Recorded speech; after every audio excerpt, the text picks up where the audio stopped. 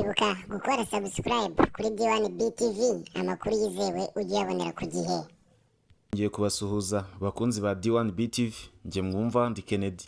Nyuma y'igihe kirekire abatari bake bategereje igikombe cy'isi cyangwa se icyo bita World Cup, abo by'umwihariko abakunzi ba ruhago, twizere ko ubu ngubu muri kubyina mwishimye akanyamuneza ari kose, aho ku itariki 20 z'ukwezi kwa 11 tuzakira igikombe cy'isi cya 2022 aho kizabera muri Qatar, kugira ngo habeho gutoranya igihugu kizakira uwo mukino. Ni ibintu bisaba kuba batombora, ariko hagatombora bimwe mu bihugu bifite ibikorwa remezo bihagije, aho harimo amahoteli, amaresitora ndetse n'amacumbi acumbikira abantu baba bazitabira icyo gikombe cy'isi.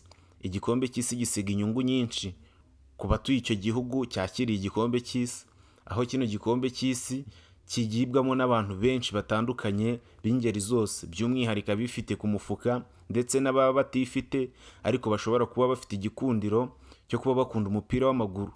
Nyuma y'igihe kirekire aho igikombe cy'umwaka, aho igikombe cyabanjirije iki ngiki cy'isi, aho cyagukanye n'ikipe y'Ubufaransa, ubu ngubu ushobora kwibaza ni ihe kipe izagukana kino gikombe cy'isi cya 2022.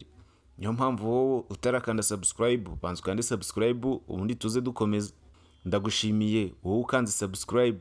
Kino gikombe cy'isi aho kizakirirwa mu gihugu cya Qatar, ariko bekaba atari bakeya bamwe mu bafana bazajya kureba ino mipira bakaba baragiye batubwira byinshi bigiye bitandukanye, aho bavuga ko imbogamizi zirimo iki gihugu cya Qatar ni igihugu gihenze kuba wakibamo, ni igihugu gifite amacumbi ahenze cyane kurenza uko ushobora kuva muri Qatar ukajya gushaka aho urara, cyangwa se icumbi ugomba kuraramo mu bihugu by'abaturanyi harimo nka Oman, Dubai ndetse n'ibindi bihugu by'Abarabu byegereye kino gihugu cya Qatar.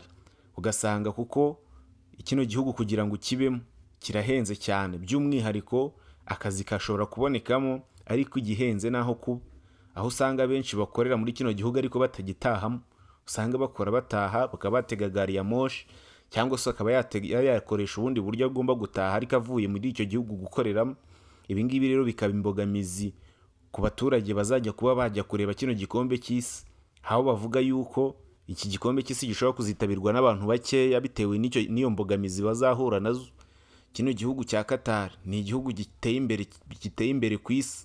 Iki gihugu kikaba gifite umuturage uhenze cyane ku bijyanye n'amafaranga ashobora kuba yinjiza ku kwezi.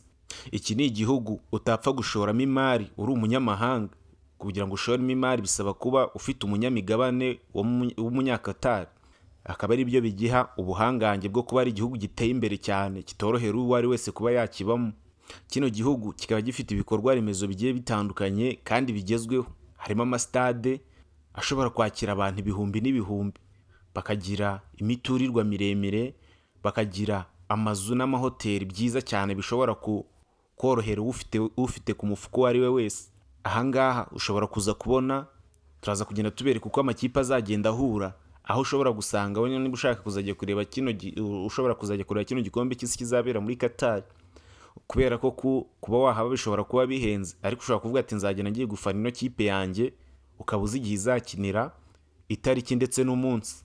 Niyo mpamvu wowe wakoze subscribe uraza kugenda ubona kino gishushanyo cy'uko urutonde rw'amakipe azagenda akagenda ahura mu matsinda. Ndagushimiye wowe ukurikiye kino kiganiro, mwari kumwe nanjye Kennedy. Nkwibutsa gukora subscribe kugira ngo wowe ubetinga se cyangwa se ukina imikino y'amahirwe uzajya ubona ubusesenguzi mbere y'uko umukino uba. Ndagushimiye. Uyu munsi twaba tugiye kubagezaho urutonde rw'uko imikino izagenda ikurikirana mu gikombe cy'isi cya 2022 kizatangira ku itariki 20 z'ukwezi kwa 11. Muri kino gikombe cy'isi tugiye kureba uko amakipe azaba agabanije mu matsinda n'uko azagenda ahura. Niyo mpamvu utarakora subscribe, banza ukande subscribe ibintu bize kugenda bimera sawa. Kandi ikindi nkwibutsa, nimba wifuza kuba wabetinga, ahangaha niho uzajya ubonera abasesenguzi b'abahanga bagusesengurira umukino mbere y'uko uba. Niyo mpamvu wowe utarakanda subscribe ugomba gukanda subscribe, ukibuka no gukora ku kazogera ukajya ubonera amakuru ku gihe.